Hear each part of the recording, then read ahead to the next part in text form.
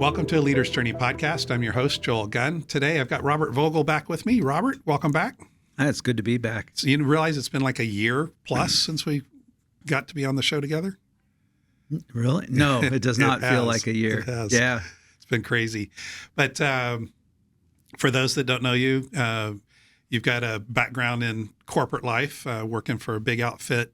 Those of us in Texas know as HEB. I did. And you got to do that for some years and were in upper level leadership there. And then you've been coaching CEOs for more than 10 years now. Yes. And here in Central Texas, all the way from north of Austin to south of San Antonio and big surrounding areas. So good to have you back. But really, we were talking before the show about you made a recent trip to South Africa. What was that like? It was transformational. I know you've been to South Africa before, and you know, I've never traveled abroad. I consider abroad being on a continent that I crossed one of the major Pacific, the Pacific or the Atlantic Ocean. And so I didn't know what to expect. I didn't know what the travel was going to be like. I have all these preconceived ideas of what the culture is like and what the people are going to be like. I'm old enough to have enough history of understanding some of the issues and the historical movements of South Africa. So it's like, these things get set in your head. Mm-hmm. And everything that I thought wasn't reality. And so there was this huge transformational view of this amazing, beautiful country, just a beautiful country. And I'm not referring to the land or the geography, which is beautiful also. Mm-hmm. Very modern cities. It's the people. The people were just brilliant, amazing human beings. Mm-hmm. So, yeah, I would say that's consistent with our experiences over there. We were talking before the show, and you said they referred to Americans as a cup of coffee. Unpack that for.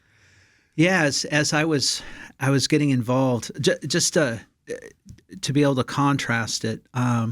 When we showed up late in the evening, we're transported to the hotel. We go into the hotel, and we get checked in, and somebody wants to walk us to the room and show us where the room and check us in. Very typical, right? Whether you go to Europe or America in a high-end hotel, there's a bellhop. And they're going to help you get to where you need to go. So I have that in my mindset. That's what's going on. And get to the room. The person shows us around the room, and they go to leave, and they turn around, and they just give me this big hug. Mm-hmm. And it wasn't some side hug or pat on the back. It was a genuine, real, authentic hug. And I didn't know what to say or do. So I made a joke. It's relieve the tension that's in myself, I suppose. And it was like, wow, this place even comes with hugs. And she laughed, and she just kind of giggled and walked away. And the person that had driven us was there, and he goes, "Welcome to South Africa." And I think that just one exchange, it was this very similar from that point forward. Every person I had the chance to be able to engage with or work with, just the hospitality, the authenticity, this genuine embracing of another human being. I've never experienced that in the States. Right? Where we can be very well-mannered and very kind and very open and good people. And put out quite a spread for the hospitality. Yeah. I think we do those things well. We represent well. But that ooey gooey, authentic love, even in church circles, you can go to a small group, you're entering into a space of like-minded, faith-believing people, and not experience that feeling. And now here's all these strangers that are just type person. That are just over the top. And that was the beginning of the journey. And it ended in a very similar fashion. And it was 10 days of just bliss. Yeah. So it was wonderful. Well, you definitely, as we were talking before the show, you definitely were touched by the experience. What were some of the meaningful moments, if you were willing to share some of those? Yeah, you know what? I think I realized I didn't answer your coffee question. Oh, okay. So I'll get to that. Yeah. Some meaningful moments, but I opened up with the contrast. That was the feeling. So as I'm going through the week, somebody made the comment, well, in America, you seem to be decaffeinated. And that word picture of thinking, if somebody offers me a cup of decaf, I'm not too interested. Mm-hmm. And, if I'm going to drink coffee, I'm going to drink a coffee. And to be categorically identified as being decaffeinated, we're coffee, but we're missing the good stuff, so to speak. Mm-hmm. Why else drink coffee? And I think it resonated with me. I think we're a bit decaffeinated relative to them. I think it goes to, we know how to put a spread on, as you stated, but God says, Matthew 5:16, somewhere right around in there, that you are light, you are salt. And he doesn't give us an option. You are light, you are salt. And are we? Are we? Yes, because he's made us so. But then he says you don't put a lampshade over it. And so here in America, do we have a lampshade? Are we as bright as we can be? If the foundation of Christ's command, love one another, I have a new command for you, love one another. And that love is so bright in this expression of South Africa with those that I met. I haven't experienced that to that degree here in the States. We have a lampshade. And that's not what we're supposed to be about. Did you feel like they were more transparent, more authentic? What were some adjectives that, as you reflect back on that time there, those 10 days? I think authentic would be a good word, but what I would add to that is they were less encumbered. They were freer, which is quite the contrast if we think about the country and the history of the country that has dealt with freedom as being such an issue in their history. And here are a people group. It did not matter what your race or creed was or where you were coming from, economic rung. This is how they treated people, and they were free to do so. They felt free to. I went to one organization. They deal in waste management, so you're just up to your waste and garbage, and the employees are eager to meet you. And they're after you to say hello and greet you in this warm fashion. It was very different. It was very different. I think it did for me, Joel, is to recognize that we have somehow, again, I think maybe put that light shade on us. But we can, that ideal that I think I had in my head that was a dream before, kind of you read the word and you hear a pastor preach and it's like, boy, I sure would like to be able to see that, but I've never seen that. It doesn't exist. It's just a dream. It's an idea. I got to experience maybe something that's a little more real, a little more authentic and go, it is possible. That what God was preaching, what Jesus was preaching and teaching, was to be able to say, this is at your hand now. You could have this right now. And now I yearn for it even more because I can see the tangible difference, the contrast. Yeah, my parents, I say in their first retirement, had a lifelong dream to go work in Mexico. And so they finished up their first round of careers in their first retirement. And they pursued that dream. They went into Mexico. And in a good way, it ruined them because the relationships that they built there and the depth of love that they felt there and the community that they felt there, when they'd come back to America, it's like it's so shallow. Yeah. And it sounds like you had a similar experience in South Africa. I did. And it could be just rooted in our ability to be independent. We are a wealthy nation compared to so many. We have liberties that other countries don't have. We have poverty, absolutely. And we have poor, and there's people that are destituted, but they have 40% unemployment. Minimum wage is $1.87 an hour. So they have a greater need, a greater desperation, a greater dependence on their faith.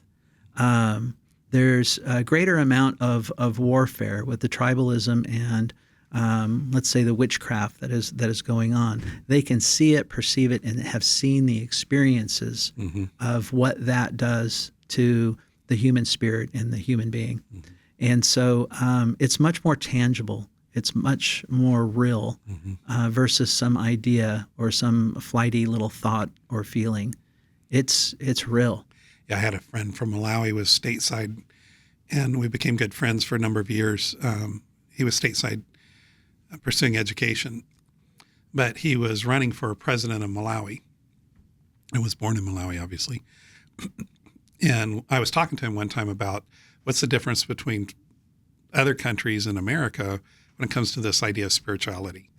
He goes, you guys in America, you view spirituality as optional. You view it as maybe something to feel good or whatever. He goes, in Africa, we know there's a spirit realm. Yeah. Like, it is real. And he goes, and we've seen it. He goes, we've seen stuff you Americans make fun of at Halloween. We've seen it like in our villages and and he shared some examples that I won't share on the air, but he goes, so for us, you can't convince an African that the spirit realm is optional or not real or vague or... No, it's something to contend with throughout the day. He's like, it's a legitimate... We know there's real evil spirits, and we know there's a really good God, and they are at war, and he was quite convinced and convincing when he would talk about it. Yeah. There was, one of the we went to a lunch with a CEO, and a young CEO runs a significant holding company. He was there with his wife, and my wife is there, and John Jones, the C12 principal chair in South Africa. So we go to lunch, and we get into a conversation, a faith conversation, and we're going down the road, and it's intermixed with business and culture, et cetera. And he made the comment of, when I hear God, and I asked him, I had to double click on that. How do you hear God? What does that look like for you? What does that mean? Because when people say that here in America, it's a mixed bag. You don't know what you're going to get, and you don't know how people are going to respond. He was just matter of fact. It's just, this is a way of life. And he starts unpacking that. And as he's unpacking it, I'm getting this sense or this feeling of, well, don't you experience the same thing? And I'm thinking, hey, this is just my feelings. I'm thinking, no, I don't have the same experience as you. I think that I hear God in very tangible ways, but not for me. It isn't this ongoing all day conversation and dialogue and experience that he is expressing. And it's just the way their life is. And then when the other folks around the table are acknowledging same things and they're exchanging stories, you realize there's something very different with the way things are in South Africa. And the division that they've had and the way Mandela brought everybody together, right, through a rugby team and unifying and each of the companies that I went to, they're a little bit of everything, but they're all one. Mm-hmm. And they know it. They feel it. They wear that very well. And so that country has worked very hard. It was very clear. Hard work has gone into the last couple of decades or 2 decades and a half of unifying the company, acknowledging one another, seeing one another for who they are, respecting one another, honoring one another. Mm-hmm. I say that knowing that there's still violent crimes and all the rest of the stuff, but my experience was something I had not experienced before. Yeah, gave you hope. A lot of hope. Now I kind of wonder, why aren't we that way? Mm. What is it that we lost? Mm-hmm. Our country was founded in this space on these principles under God, right? The founding fathers were devout people of faith. I bet God was probably proud of that moment, that a country is being set up. He appoints the kings. Mm-hmm. That was going to be under him like he always wanted. There should be no kings, right? Mm. Judges, the infrastructure, the way our structure is set up. And then over the course of 250-ish years, we slide to where we are, and we're not as proud of what we may have been. And we've had rough times. There have been difficult, dark moments in our history, without a doubt. I think we're kind of in another version of that now. You visited several companies over that 10 days. What did you see any common themes? Because you went to, I'm assuming, larger companies and smaller companies, and while you were there in South Africa.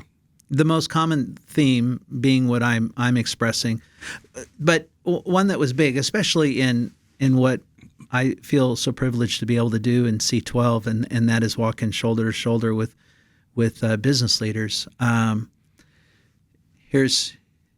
tell you this one story.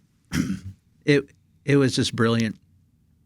So I'm picked up at the hotel and whisked off to their organization. And I go into the conference room, and the C-suite is present. A couple are on screen, and the CEO is asking, "Okay, Robert, we'd like you to help us reorg our leadership team." And I'm a bit caught off guard. Don't really know where to go. How long had you been in country? 12 hours. Okay. So this was fresh off the boat. This is fresh off the boat. And very energetic, beautiful group of people that really want to do well. And I have no earthly idea how to really help them. I don't know the players. I don't know the context. I don't know enough about the history. I don't know enough to answer in any literate way to be able to support them. I don't even know what question to ask. And so I looked at the CEO and I asked him, I said, "Well, could you give me an idea? What does the end look like? What does the end game look like?" And he eagerly jumped up, grabs a dry erase and starts writing on the board. And first one was basically that the employees feel or believe that they have a career with the company. That sounds like pretty standard fare. Then the next one was every employee has a safe toilet. And that's kind of an odd hope or wish or goal. And he said, well, for a lot of our employees, the toilet is where their children get raped and the townships that they happen to be residing in. And that puts a sobering thought on the discussion. Everybody will have access to vegetables. Meat is readily available, but vegetables are not as readily available.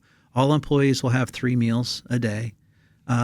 They will solve the transportation issue that is very much real in South Africa. Everybody will have access to high school. All children will have some type of daycare up until age 5. There were 9 bullet points. Very passionate, a lot of energy, all about this. The folks are very excited about these things. It was obvious that they talk about it a lot. And they discuss it, and that's what they're about. This is their DNA.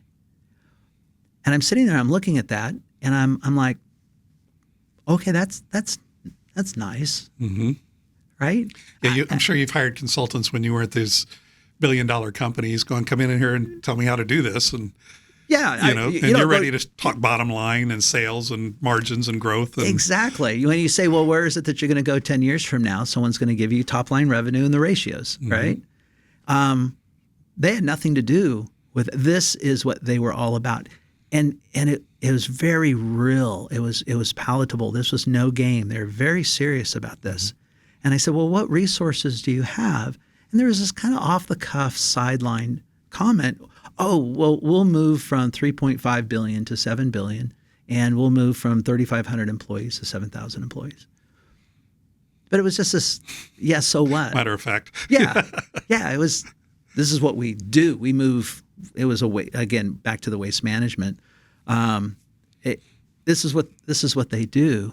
But what they were all about was this list. Mm-hmm. And if they didn't achieve that, they were not successful. Mm. They defined everything in and around that for the people of South Africa. Mm. And it was interesting because there was a lot of that language. This is what we need to do for South Africa. Mm. Right? There was this reason to exist is far beyond the P&L. And so we go down this road of how would you align that? What does that look like? And they wanted to go down the process of creating a functional org chart and to be able to grab these elements and say who's going to be the point of the champion or the point of contact to be able to make these things happen, along with making the business so they got the ability to do these things. And so I visited about almost a dozen companies, and that was a very common theme. The business is important, but it is secondary. Mm. And so as we would like to say, no margin, no mission, they get that, but they're totally sold out. This is what they must do for the people of their country. And it was moving. It was just moving. And it's weird to be in a board meeting for me. My wife was even making a couple of comments about it. I'm not a weepy guy. And so I'm in board meetings and I'm weeping. And so, I can only imagine what they're thinking. Who's the funny American down here that has watery eyes throughout the day? It was just beautiful. I'd like to be able to see American business, as Billy Graham said, he believes the next great revival will happen in the marketplace. That business leaders will take this responsibility to the nth degree of how important it is if we want our country to be able to turn, if we want the next generations to be strong, and to live out who we are called to be as God's creation.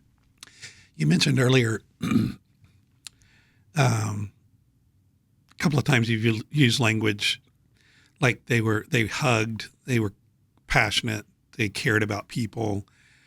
I've been to South Africa. Curious, was your experience, were they soft in their language? Were they soft in their expectations, or were they very much get it done? To me, it's almost this weird paradox. Like my experience has been that the South Africans I know are very willing to speak what's on their mind and heart and not really spare your feelings. But yet there's so much love in it that it's kind of this weird, for an American, it's been a weird experience for me. Yeah, I could see that. So, Afrikaan being, a Dutch language, a kind of a German mashup, right? And so there's that let's say demeanor or that tone in their speech, that rhythm in their speech, as to what it is. But the thing is that as I'd like to be able to say, spirit knows spirit. They're so authentic, so genuine, so real, so engaged and present. That for me, I didn't hear anything that was off-putting, regardless of how it came across. But if an American said the same thing,